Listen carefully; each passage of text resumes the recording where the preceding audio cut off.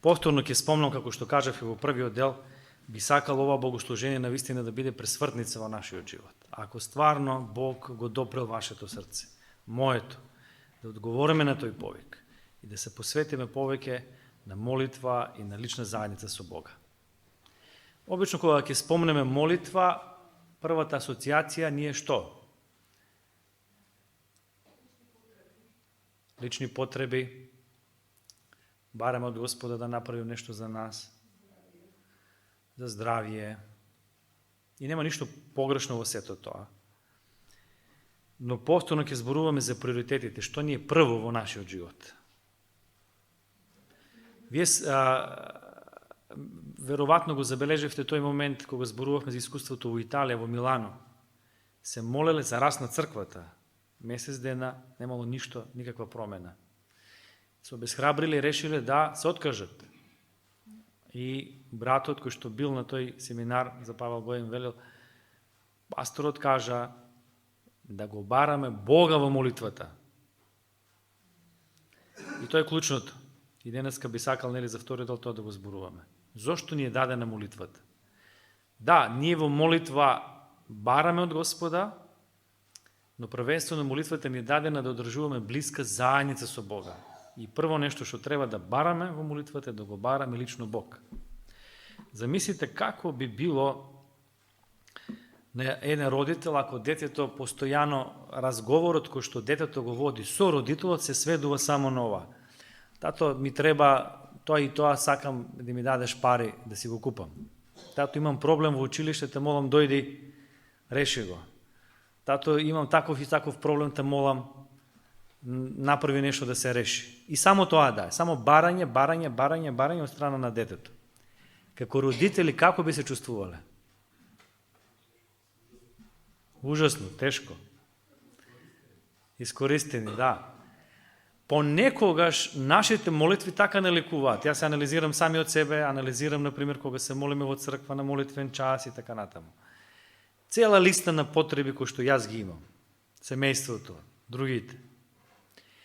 И би сакал да зборам за суштината на молитвата. Зошто всушност молитвата ни е дадена? Нема ништо погрешно да бараме од Господа, да се разбереме, нели? И тоа и Библијата го вели. Барајте, ќе добиете. Но првенствено суштината на молитвата не е да бараме нешто за себе. Туку молитвата е да ние го бараме првенствено лицето Господово, Господа, да одржуваме заедница со Него. Значи, молитвата е разговор со Бога. Во разговор ние едноставно споделуваме, се сближуваме со тој со кој што разговараме. Откриваме длабоки делови од себе со тој.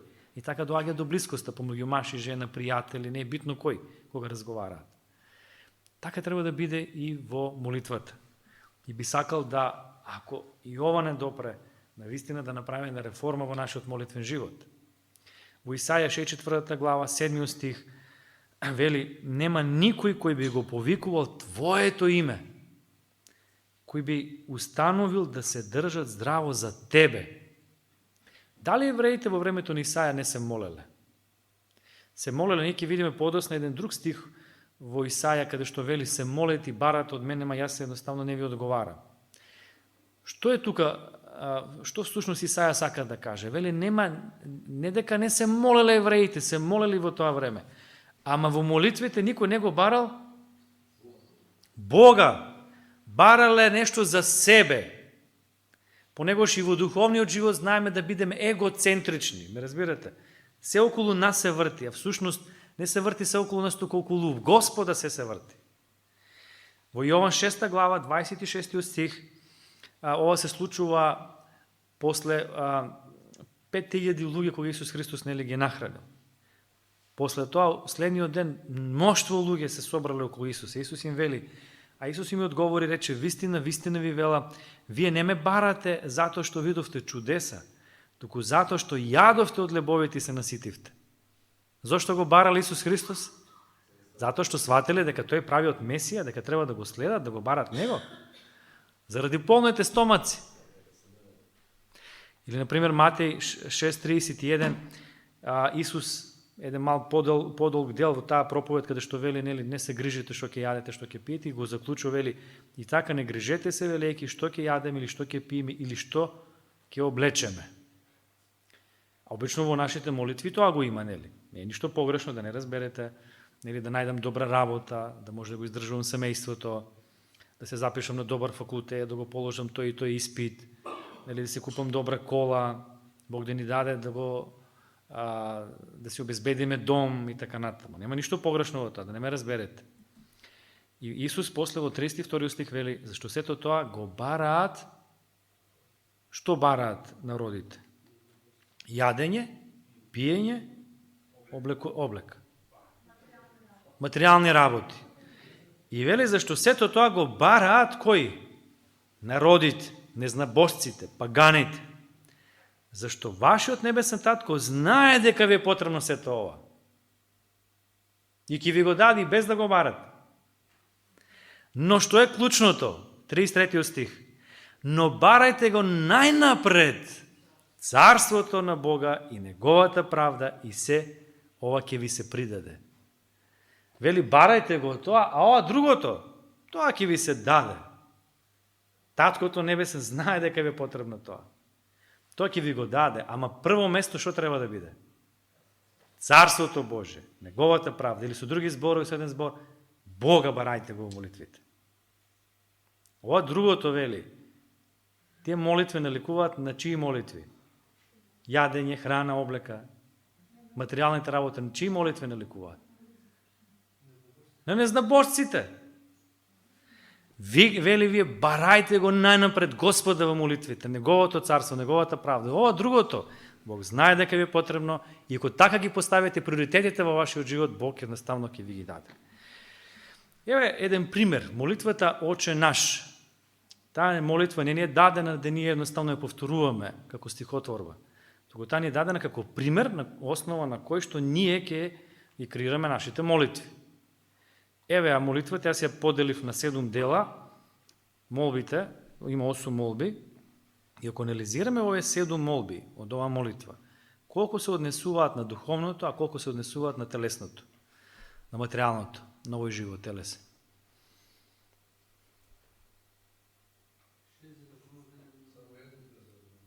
Само една е за овој живот, и тоа е 4-та, на средината, вели, нашиот насушен леб дај ни го денес. Сите други 6 се однесуваат за духовното. Татко наш небесен, кој си небес, да се свети Твоето име, го слави Бога, да дојде Твоето царство, да биде Твојата волја. Прости ни ги долговите, не воведувај ни во искушение, зашто Твое царство и така натаму. Нашите молитви во споредба со како изгледаат? Спротивно.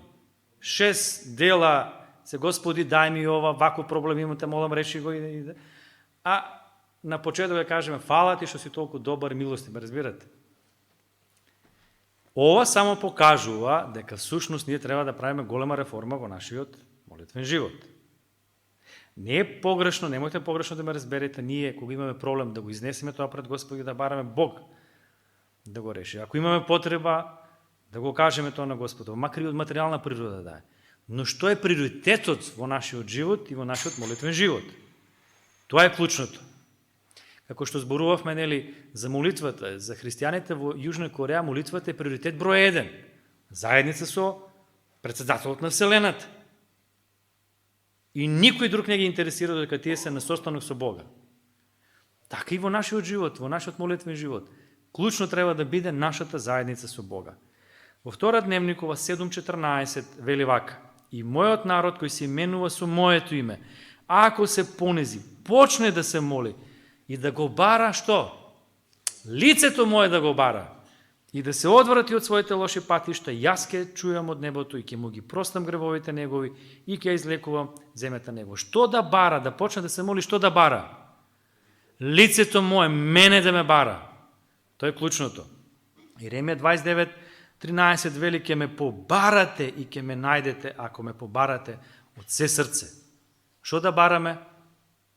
Господа. Исаја 55:6 вели: барајте го Господа додека можете да го најдете, повикајте го додека е близу. Што да бараме? Бог копне да го бараме лично Господа во нашиот живот и во нашиот молитвен живот. Господа да го бараме, молитвата да не биде средство со кое што ние ќе се поврзиме со Него, да одржуваме блиска заедница со Бога. Што е суштината и целта на молитвата? Молитвата не е момент кога ние доаѓаме да примиме нешто од Бога. Молитвата е средба со живиот Бог, со председателот на Вселената, кој што има предност пред се друго. Молитвата е доаѓање во Неговото присуство, влез во заедница и личен однос со Него. Молитвата е средство со помош на кое ние го запознаваме Бога. Може да кажеме амин? Тоа е молитвата, тоа е суштината на молитвата. Молитвата ни е дадена да одржуваме блиска заедница со Бога. И тоа всушност треба да биде првенствено во нашите молитви. Молитвата е човечкото срце здружено со Божието срце. Молитвата е целосно трагање по Божието срце. Молитвата е копнеш двете срца, Божието и нашето да се соединат. Прва работа за Джозеф Кидър, кога спомневме, што вели, не се промени црквата кога се молев за тие 8 месеци. Туку најголема промена беше што јас лично се променив. Тој сватил суштината на молитвата. Се поврзал така со Господа како никогаш претходно. И тогаш почнало да се случуваат чуда во неговата црква. Чарлс Спурџон има една изјава, вели, вистинската молитва не е само умствена вежба, ниту говорна представа, туку е нешто многу подлабоко од тоа. Тоа е духовно заедништво со Творецот на небото и на земјата. Мораме да разбереме дека најголема потреба во нашиот живот е што? Што? Бог. Е само Бог. Имаме ние други потреби во нашиот живот. Ама најголема приоритетна потреба во нашиот живот е Бог. Затоа што кога имаме Бога, имаме и решение за проблемот. Кога имаме Бога, и Бог ќе се погрижи за се друго. Ние обично во молитвите ги бараме што? Божите благослови, а не самиот Бог. И како да не сваќаме, кога го имаме Бога, автоматски со Господа доаѓаат и Божите благослови, и решенијата на проблемите, и сите потреби ќе бидат задоволени. Тоа е клучното. Доктор Лери Креп има една изјава, вели, ако нашата желба за барање на Бога не е подлабока од другите желби, својот живот ќе го организираме според својата волја, а не според Божјата волја. Еве еден пример во Библијата како што всушност значи да Бога го бараме во молитвата. И верувам дека многу ќе ни помогне да ни се разјасни тоа прашање, да знаеме како ние да ги организираме нашите молитви. Станува збор за царот Јосафат. Човек исклучителен, значи во својата духовна големина, цар, како што биле ретки такви цареви нели во израелските царства. И се наоѓа во една многу тешка ситуација. Кога сме во тешка ситуација, како се молиме? Што ни е во фокусот? Решавањето на проблемот. Господи, те молам, реши го проблемот. Ќе видиме како Јосафот се молел. И мислам дека можеме многу да научиме. Во Втора Дневникова 17 глава, 3, 4 и 6 стих вели вака. Господ беше со Јосафот, зашто одеше по правите патишта на својот татко Давид. И слушате сега. Го бараше, што? Бога на своите татковци и одеше според неговите заповеди, не правејќи како израелевите синови. Неговото срце се охрабруваше на Господовите патишта. Што барал Јосафат? Го бараше Бога. И слушате понатаму, вели, во третата година на царувањето ги испрати кнезовите по Јудеја, носејќи го со себе свитокот на Господовиот закон и ги обиколува сите јудејски градови, учејќи го народот. Сватил дека тоа е клучното, да луѓето едноставно се поврзат со Бога, да ги почитуваат Божите уредби. И кнезовите им дала задача, одете по цел израелски народ, учете го израелскиот народ да го следи Господа, да направи промена во својот живот. Бог да им биде на прво место. И Бог тоа го благословил. И царот, и целиот израелски народ. И сето оно што Бог како ветување што го дал во 5-та книга Мојсеева, сега го остварува во израелскиот народ. И вели вака, Господов страв ги офати сите земни царства околу Јудеја, така што не смееја да завојуваат против Јосафат. Некои филистејци сами му донесуваат дарови и данок во сребреници, а арабјаните му донесуваа ситен добиток, по 7700 јарци. Така Јосафат напредуваше се повеќе, додека не стана многу голем. Многу јак стих. Значи, вели, Господов страв ги опфати сите земни царства околу Јудеја. И така што не смеа да завојуваат против Јосафат. Што ветува Бог во 5 книга Мојсеева? Ако израелскиот народ биде верен, дека Бог лично ќе го штити. Така ли беше? Еве, Бог тоа го остварува. Бог е верен, кога ќе вети нешто, тој ќе го оствари. И ова посебно вториот дел ми е многу впечатлив. Вели, некои филистејци сами му донесуваа дарови и даноци. Во тоа време даноци како се собирале? Едно царство ќе зароби друго царство и ова поробеното царство треба да плаќа данок на ова другото царство. А вели тука сами му донесуваа дар. Зошто? Затоа што ги офати страф од Господа. Бог ги штитал. Кога човекот е верен на Господа, Бог чуда прави за тој човек. И еве едно чудо ние гледаме во времето на Јосафат. Во една прилика Јосафат направил една грешка и пророкот Јуј доаѓа кај него и го критикува, ама и една мисла исто така посочува. Вели, ти го насочи своето срце да го бараш Господа. И тоа било како второто име на Јосафат. Да го бараш Господа. Јосафат го барал Господа. Значи, тоа било толку карактеристично за него. Што барал Јосафат? Божите благослови или Господа? Воопшто нели во неговиот живот.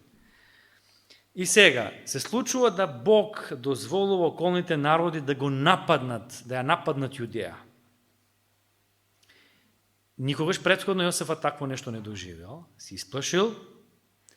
И сега е клучното како Јосафат се поставува кон тоа и како се моли во таа ситуација. Обично кога ќе се најдеме во тешка ситуација, како се молиме? И текнува ли тогаш да го прославуваме Божјото име и така натаму. Фокусот ни е што? Проблемот да се реши. И обично нели Господи те молам, дај брзо решение, ќе изгинеме и така натаму. Клучното е тоа во нашите молитви. Ама слушајте како Јосафат се моли. Вели, Јосафат се исплаши и почна да бара помош од Господа, да прогласи пост по сета Јудеја. Јудејците се собра да бараат помош од Господа, доаѓа од сите јудејски градови за да бараат помош. Што е погрешно во овој стих? Не е погрешно. Не, ја не го сметам тоа дека нешто погрешно, затоа што е човечки да се исплашиш. Има нешто друго погрешно во стихот. Јас намерно го променив стихот да дојдеме до поентата. Стихот не гласи вака во Библијата. Тие не барале помош, не барале благослов Господа, не барале решение на проблемот. Туку знаете ли што барале? Вели, Јосафат се исплаши и почна да го бара Господа. Да прогласи пост по сета Јудеја, јудејците се собраа да го бараат Господа. Доаѓа од сите јудејски градови за да го бараат Господа. Што барале? Стил на живот им било да го бараат Господа во целиот свој живот. И кога ќе се најдат во тесно, тие го бараат Господа, затоа што сваќаат, ако го бараат Господа, го имат и решението на проблемот. Не го бараат само решението на проблемот, туку го бараат првенствено Господа. Поука за нас, фокусирајте се на Бога, не фокусирајте се на себе во молитвата. Океј? Да не се фокусираме на себе си, туку на Господа. Бог е клучниот во молитвата и во целиот наш духовен живот. И понатаму вели, почнува Јосафат да се моли, вели, тогаш Јосафат стана во јудејскиот собор во Иерусалим, во Господовиот дом, пред неговиот двор и рече. Замислите, ова е молитва кога се наоѓа во многу тешка ситуација. Вели, Господи Боже на нашите татковци, Ти си Бог на небото и владееш над сите кривобожички царства. Во Твојата рака се таква сила и јачина, така што никој не може да се додржи пред Тебе. Што прави тука Јосафат? се моле едноставно, Господи, те молам, помагај, изгинавме. Не. Прва работа што Јосафат прави, ова молитва и го прославува името Божие.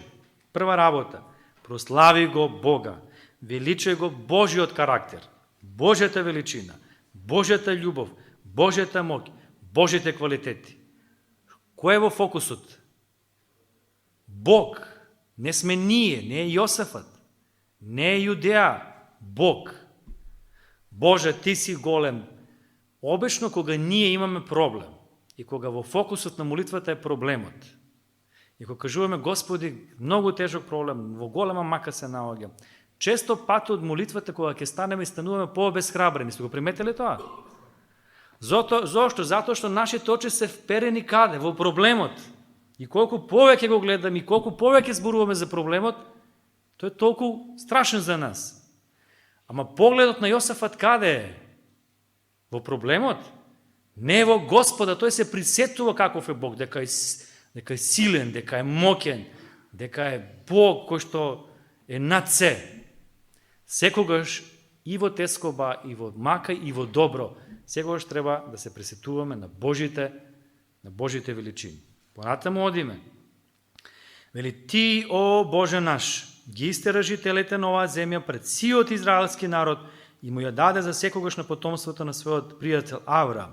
И се населија во неа. Во овој втори дел, што е во фокусот тука?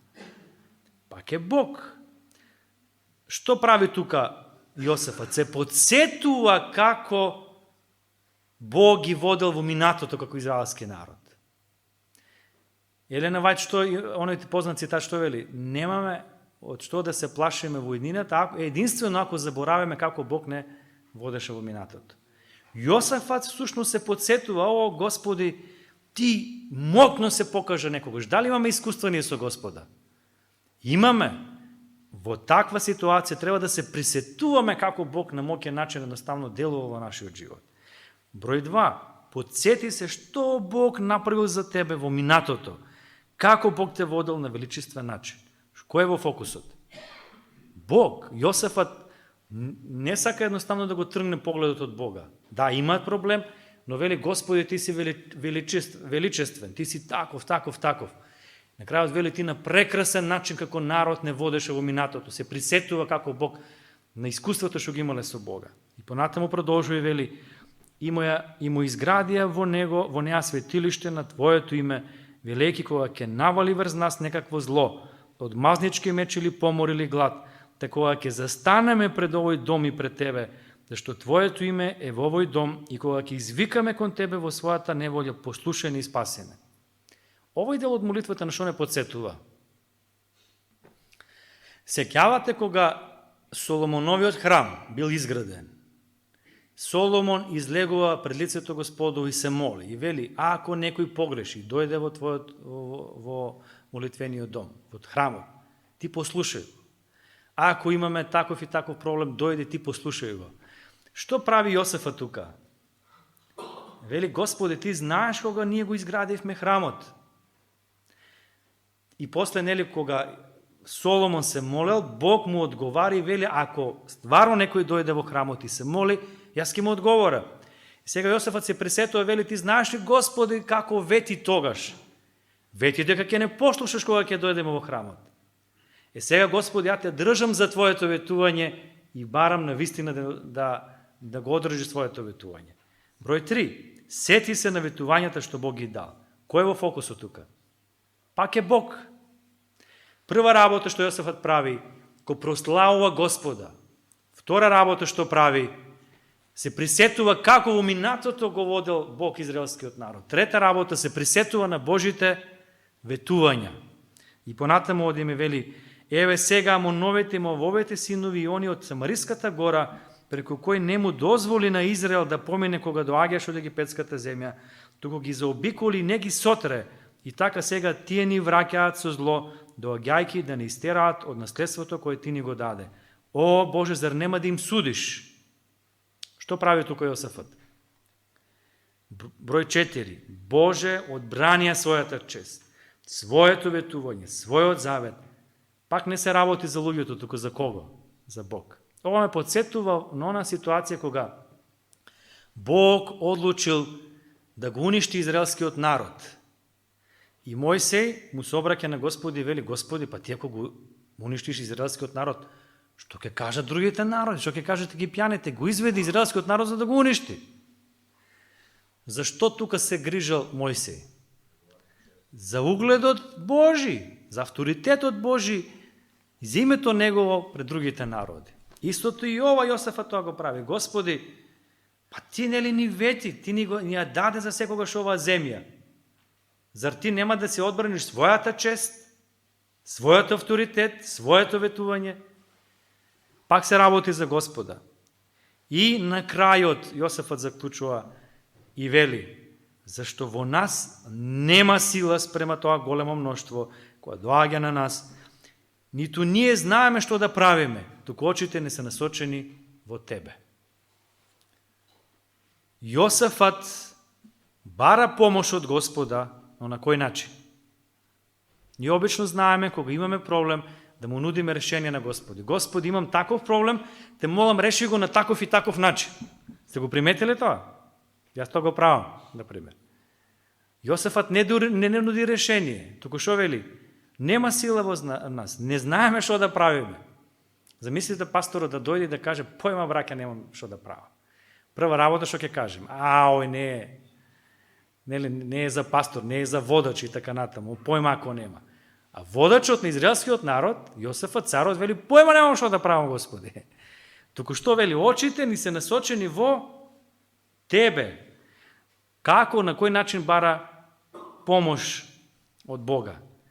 Понизност, надежта ни е само во тебе, Господи. Ако можеме да заклучиме, ние ќе видиме дека во сите овие 5 делови од молитвата фокусот му бил свртен во молитвата на кого? На Господа. Прва работа го величал Господа, втора работа се присетил како Бог на моќен начин ги водил. Трета работа се присетил на што? На Божите ветувања. Четврта работа вели: Господи, одбрани ја својата чест, својот авторитет. И број 5 вели: надежта ни пак само во тебе. Фокусот секогаш едноставно е во Господа. И на крајот, и после тоа продолжува и вели: тој Јазаил, човек меѓу мноштвото, рече. Бог едноставно преку него преговара на мноштвото и вели: не бојте се и не плашете се од тоа големо мноштво, зашто ова не е ваша војна, туку Божја. Утре излезете против нив, тие ќе се искачуваат по Асиската на горница, а вие ќе ги сретнете на крајот на долината во Идилуската пустина. Не треба да се биете, поставете се, стоите па гледајте како ќе ви помогне Господ. Еј, Јудо и Јерусалиме, не бојте се и не плашете се, утре излезете пред нив и Господ ќе биде со вас. Ова е одговорот на нивната молитва. Што барале тие? Решение на проблемот? Го барале Господа и вели: бидејќи мене ме баравте, шо вели? Господ ќе биде со вас. Мене ме баравте, јас ќе дојдам, ќе бидам со вас. Затоа што знаеле кога Господ е тука присутен, решението само по себе си доаѓа. Кога Господ е тука, благословите Божи со него си доаѓаат. Ние обично често пати сме насочени кон и ги бараме Божите благослови, а не самиот Бог. Ама всушност во пакет со Господа имаме се. И затоа нашите молитви сега треба да го бараме Бога. И понатаму продолжува извештајот, вели: поранија наутро и тргнаа кон пустината Текој. Кога излегува, Јосафат застани и рече: чујте ме, еј јудејци и јерусалимци, надевајте се во Господа својот Бог и ќе се одржите, надевајте се во неговите пророци и ќе успеете. Потоа се посоветуваа со народот и ги постави господовите пеачи и фалители кои ќе слават Господовата светост и ќе одат пред вооружените чети и ќе пеат: славете го Господа, зашто е вечна неговата љубов. Кога почнаа да воскликнуваат и да слават, Господ предизвика несогласност меѓу амонците, моавците и они од Сирската гора, кога излегува против Јудеа, да беа разбиени. Зашто Амоновите синови моавците станаа оние од Сирската гора за да ги сотрат и уништат. А кога свршија со оние од Сир, почнаа да удираат еден на друг да се истребија. Што Бог направи? Смут меѓу непријателите и се истребија. Многу интересно, Јосафат не оди со војска, туку како оди? Со хорот напред. Тоа е лудо по секоја човечко размислување. Тоа е луда идеја. Ама Јосафат однапред ја слави победата, затоа што знае дека Бог ќе биде со нив. Начинот на кој што ние се однесуваме во криза покажува во каков Бог веруваме. А ако го познаваме Бога и веруваме дека Бог е љубов, и тој има контролата над се, и ние имаме мир.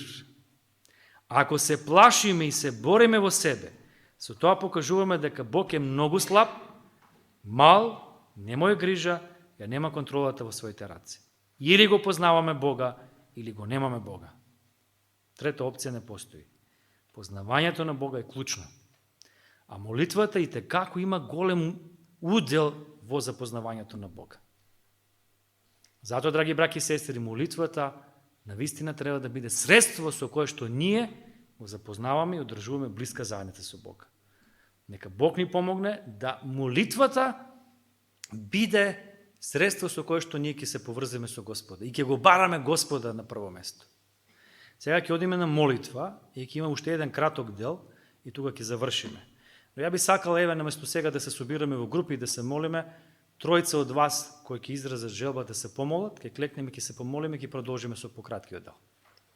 Дали има некој желба да се моли во овој правец, да Бог ни помогне да извршиме реформа во нашиот молитвен живот и прво место и во молитвата и во нашиот живот да му дадеме на Господа.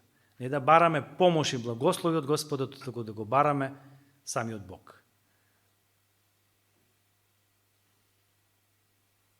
Дејан? Трајче? И уште еден? Дали има желба? Еве Мирјана. Одиме на нашите колена.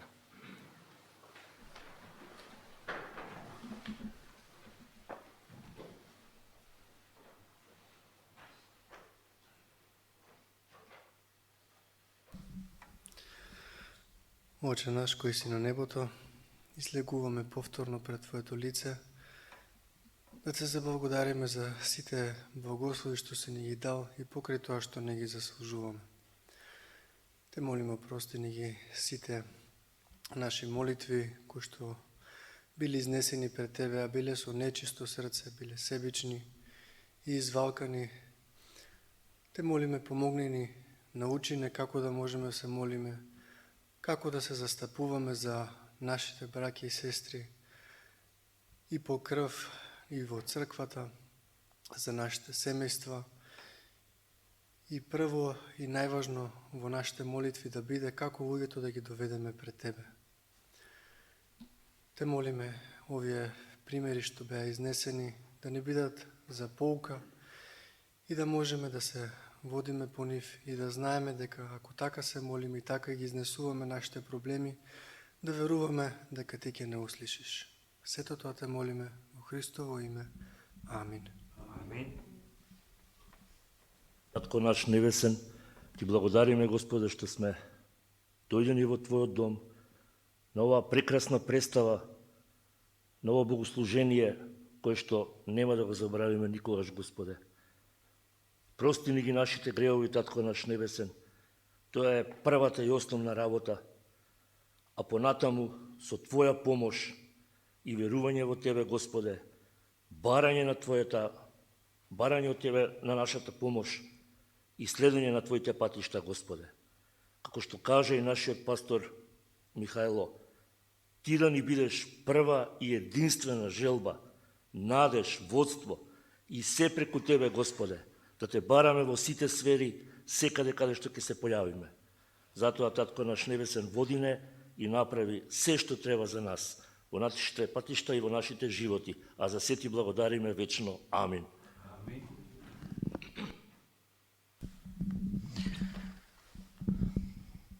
Драги Господа кој си на небото, стоиме, Господа, клечиме на нашите колена, понизно коленичиме и бараме опрост на нашите гревови, Господе. Големи се, Господе, гревовите на нашето срце. Зависти, скриени гревови на срцето, Господе, кои само Ти ги гледаш. Те молам, Господе, Ти опрости ни се и чуј ги нашите молитви не според нашите заслуги, Господе, туку според Твојата преголема љубов и милост која имаш према нас, Господе. Татко наш, сега те молам, излего Светиот Дух врз нас. Излего Светиот Дух врз секој поединец, Господа. Дај ни нови срца, нови души. Господи, учи не како да се молиме. Научи не, Господа, дека овој живот е помидлив. Ние сме прав и прашина. Не дозволи, Господа, да се бориме и да копнееме за овоземните нешта, Господа. Тие се како лист, како ветер, кој за миг ти ни ги земеш од рацете. Господа, бараме работи кои поминуваат. Господа, опрости ни. Те молам, Господа, дај ни нов дух. Дај ни, Господа, да бараме вечни нешта. Спомогни ни секој еден од нас да сватиме поминливоста на нашиот живот, да сватиме вредноста на вечните нешта, Господа, да те бараме Тебе, го бараме вечниот живот, да го бараме заедништвото, единството, Господа, да бидеме едно во Тебе, Господа, и да можеме да те прославиме Тебе, Татко. Господи, уште еднаш молам, дај ни го Светиот Дух и дај ни го вечниот живот, Господа, не само на нас, и на оние кои се околу нас. Помогни да бидеме светилки кои ќе светат за вечност, Господа, а не светилки кои ќе светат за една ноќ. Те молам, Господа, помогни да бидеме светлина на светот, да го однесеме Твоето име и учи не, Господа, на прво место да ни бидеш Ти, Тебе да те бараме и вечниот живот, не само за нас, за сите луѓе околу нас да бидеме светилки во оваа темна ноќ, Господа, во оваа темнина. Земјата е обвиена во мрак. Живееме во последните мигови од постоењето на овој свет. Господа, сега те молам, дај ни нов живот, биди Ти дел од нашиот живот и биди ни на прво место. Амин.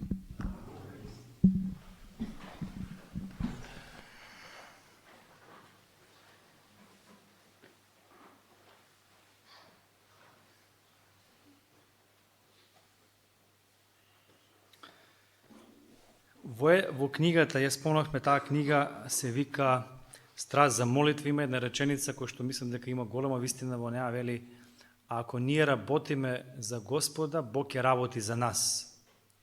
Во контекст на посредничката молитва. Со други зборови, значи, не само да се насочиме кон себе, кон своите потреби, туку да се насочиме кон спасението на другите во молитвата и за она што е Господово.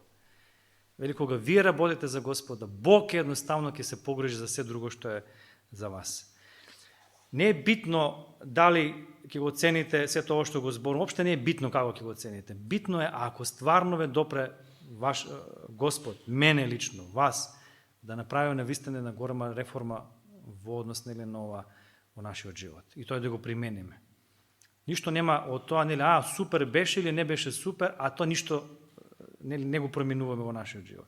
Ако стварно видиме дека постои простор во нашиот живот за промена, нека Бог ни помогне стварно да се промениме и да го примениме во нашиот живот. И на крајот, пократок дел, пречка за делотворна молитва. Ние зборуваме за молитва, да, Бог е секогаш тука да ни помогне, но постојат многу пречки понекогаш во нашиот живот кои што не дозволуваат да нашите молитви бидат делотворни. Една од причините зашто во црквата нема духовна сила е затоа што нема делотворна молитва. Треба да отстраниме се она што пречи за да имаме пробудување. Божјото Слово го разобличува сето она што е против делотворната и снажна молитва. Што е всушност тоа? Број 1. Побожност во која нема блиска заедница со Бога. И за тоа нели зборувавме. Блиска заедница со Бога. Побожноста или побожност во која нема блиска заедница со Бога не спречува да ја запознаеме вистинската цел на молитвата. Книжниците и фарисеите често се молеле, иако биле религиозни луѓе, немале лична заедница со Бога. Молитвата за нив била само должност и обврска, а не средство со кое можат да влезат во светата присутност Божја. Без лично познавање на Бога, молитвата нема вистинско значење. Без што? Без лично познавање на Бога. Се молиме не за да бараме нешто од Господа, туку се молиме за да одржуваме блиска заедница со Бога. Тоа е средство да одржуваме блиска заедница со Бога. Нормално и проучувањето, но исто така и молитвата. Број 2. Гревот. Еве Библијата што вели. Еве овој стих во Исаија, дека сушност и тога се молеле. Ама што не барале? Не го барале лицето Господово, самиот Бог не го барале. Вели, не е прекратка Господовата рака за да спаси, ниту увото му загувно за да не чуе. Туку вашите беззаконија создадоа разделба меѓу вас и вашиот Бог. Вашите гревови го сокрија неговото лице и тој веќе не ве слуша. Зошто не слуша Бог? Понекогаш мојата молитва, сечија молитва. Затоа што беззаконијата направија разделба. Пример во Псалм 66:18 вели, ако мислев зло во срцето, Господ не би ме послушал. Во Михеј 3:4 вели, затоа тие ќе го повикаат Господа, а тој не ќе им одговара. Ќе го сокрие во тоа време лицето од нив заради злосторите што ги направиле. Во Исаја 1:15-17, еве го тој стих, не беше тој претходниот, вели, кога ги ширите раце за молитва, јас ги одвраќам очите од вас. Само ги множите молитвите, јас не ве слушам. Рацете ви се натопени во крв, измиите се, очистете се. Отстранете го од моите очи, отстранете ги од пред моите очи нечестните дела, престанете да правите зло. Учете се на добри дела, стремете се кон правда, притекнете му на помош на угнетуваниот, помогнете му на сирачето до правдата, земете се за довицата. Што всушност Бог бара? Чисто срце, така. Бог не може да ја благослови непослушноста. Дали ова не обесхрабрува? Ја кажем, па никој нема совршен, или? Бог не бара совршенство од оние кои се молат, но бара скромно покаяние за гревовите и добри и честни одлуки за промена. Ако сум свесен дека нешто грешам, Господи, знам дека грешам, и тоа не е во ред. Те молам, помогни ми, промени ме, и искрено покаяние. Број 3. Гордоста. Лука 18 глава, 10-14 стих. Два човека влегоа во храм да се помолат, едниот фарисеј, а другиот цареник. Фарисејот застана и се молеше во себе си вак: Боже, ти благодарам што не сум како другите луѓе, разбойници, неправедници, прелюбници и како овој цареник. Постам 2 пати во седмицата и давам 10 од се што придобивам. А цариникот стоеше далеко и не сакаше ни очите да ги подигне кон небото, туку се удираше во градите и велеше: Боже, биди милости спрема мене грешникот. Слушайте сега, ви велам, овој се врати дома повеќе оправдан отколку оној, зашто секој кој се возвишува себе си ќе биде понижен, а кој се понизува себе си ќе биде возвишен. Бог ја мрази гордоста, бидејќи гордоста не спречува да оствариме блиска заедница со Бога. Кој бил клучниот греф на Луцифер? Гордоста. Нема место на гордоста во делотворната молитва. Број 4. Раскинати односи со другите. Во 2 Петрово 3:7 вели, зборува за брачните односи, вели, така и вие мажите живеете благоразумно со жените како со послаб сад, искажувајќи им почитување како на сонаследнички на благодата на животот, за да бидат вашите молитви без пречка. Ако маж и жена се скараат, а се молат, Бог ќе ги чуе ли според ова? Има пречки. Која е пречката? Разрушените меѓучовечки односи. Ова е во контекст на брачниот живот, нели, на бракот. Ама ова може да го примениме на секоја друга меѓучовечки однос. Со пријател, со другар, со брат, со сестра.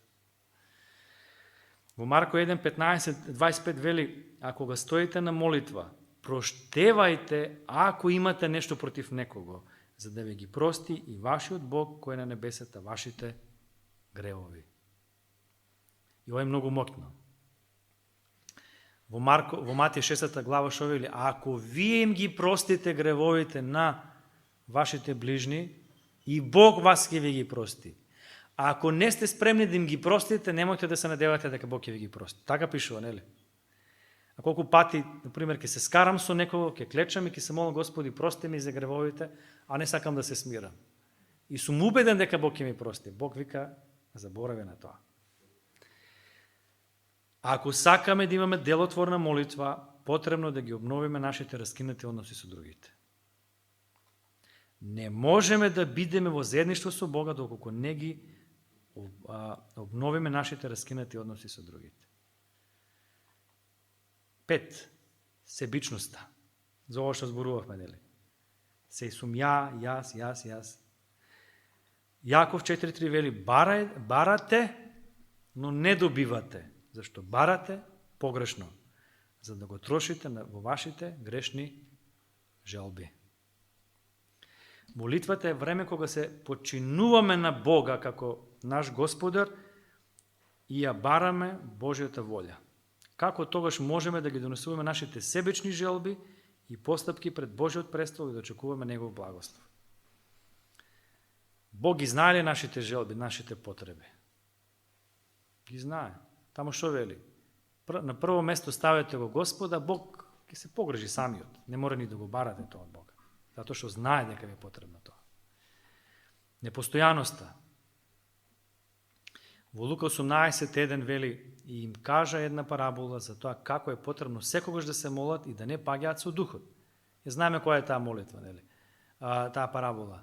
Параболата за вдовицата која што имала проблем и нонстоп го молила судијата и никогаш едноставно, нели, тој не одговарал и вели што толку му досади више, каже ајде, ќе го дадам тоа што го бара. И Исус на крајот заклучува, вели, зарем Бог нема да ги одбрани своите избраници што викаат кон Него дење и ноќе, макар и да забави. Ви велам, ќе ги одбрани набрагу, но Синот човечки кога ќе дојде, ќе најде ли вера на земјата. Што Бог бара од нас? Постојаност во молитвите. Број 7. Неверие. Јаков 1 глава 6 до 7 стих вели, но да се моли со вера и никако да не се сомнева. Оти оној кој се сомнева прилега на морски бран, кога ветрот го издигнува и растура. Таков нека не мисли дека ќе добие нешто од Господа. Број 8. Презафатеност. Мислите дека ова е проблем?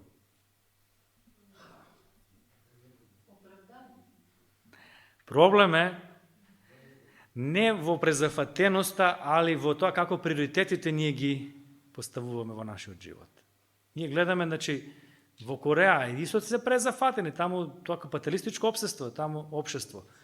Работат по цели денови, но сватиле дека заедницата со Бога е на прво место и се според неа едноставно прилагодуваат. Ако морам да одам на работа од 8 до јас пред тоа едноставно посветувам време на Бога. Во Ефесјаните 5.16 вели, внимавајте на времето, бидејќи деновите се зли. Исус Христос се молел многу, и еве неколку стихови вели, Лука 5.16 вели, тој се повлекуваше во пустина и се молеше. Во Марко 1.35 вели, а наутро, додека уште беше темно, стана, излезе и отиде на пусто место и тамо се молеше. Во Лука 4.42 вели, а кога се раздени, тој излезе и отиде на пусто место и народот го бараше и дојдат до него и сакаа да го задржат, за да не си отиде од нив. И секога го читаме, тоа ќе кажем, па лесно му било на Исус. Во тоа време немало фабрики, немало работно време, си го организирал своето време како што него му одговара. Мислите ли дека му било на Исус лесно? Да најде време. Да, ќе кажеме не работал, да. Многу му било тешко на Исус Христос. Затоа што преку ден не можел да најде, еве ние гледаме, рано наутро ќе стане. Преку цела ноќ ќе се молел. И еве еден пример дека навистина му било тешко.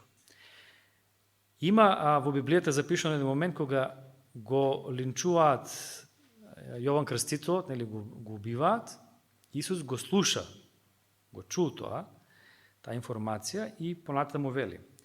Ако го чу тоа, Исус се повлече оттаму со кораб во пусто место насам, а да се моли, почувствува потреба да се моли. Но мноштвата чуја и го следеа пеш од градовите и кога излезе виде големо мноштво, беше потегнато со жалување кон нив и ги исцели нивните болни. Шо каже овој стих? Дека Исус морал да ја прекине молитвата, затоа што се собрало големо мноштво. И цел ден бил со нив и понатаму вели, и веднаш ги натера Исус учениците своји да влезат во коработ и да отидат пред него на другата страна, додека да го распушти народот. И штом го распушти народот, се искачи на гората за да се моли насамо. И кога се свечери, беше сам таму. Го пуштил народот, ги пратил учениците да отидат, а тој сакал, нели, време за молитва. И додека се молил, што се случува на езерото?